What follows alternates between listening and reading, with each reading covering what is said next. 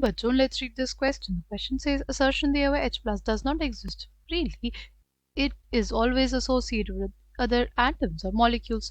Reason है loss of the electron from hydrogen atom results in nucleus of 1.5 into 10 raised to the power minus 3 picometers size.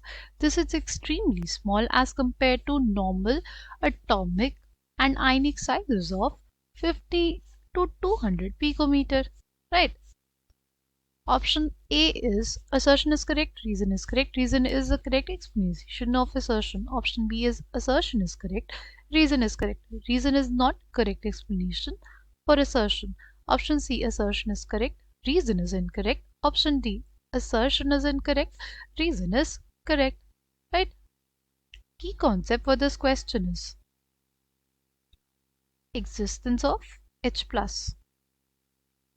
Existence of H plus, right?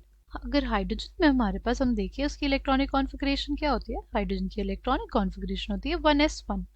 अगर H plus बनेगा तो क्या होगा, एक electron निकल जाएगा यानी 1s0 हो जाता है हमारे पास, ठीक।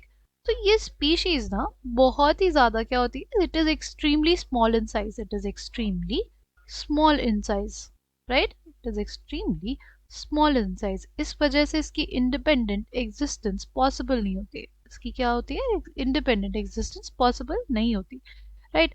जैसे H प्लस अगर बना तो वाटर है आसपास, वाटर के साथ मिलके क्या बना देगा, H3O प्लस बना देगा, राइट। अगर OH माइनस हाइड्रोक्साइड आयन मिल गया तो मिलके क्या बना देगा, वाटर बना देगा।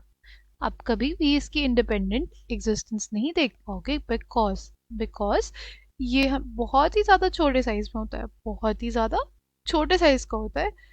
इस वजह से इसका एग्जिस्टेंस जो है वो बेसिकली पॉसिबल नहीं हो पाता, क्योंकि अगर H से हम लोग H प्लस बनाए एक इलेक्ट्रॉन लूज कर देगा, right.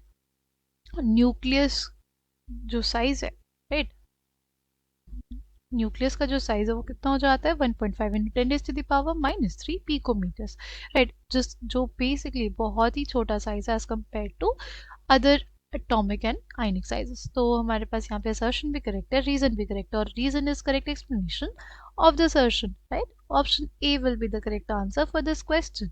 I hope you understood it well. Thank you and all the best.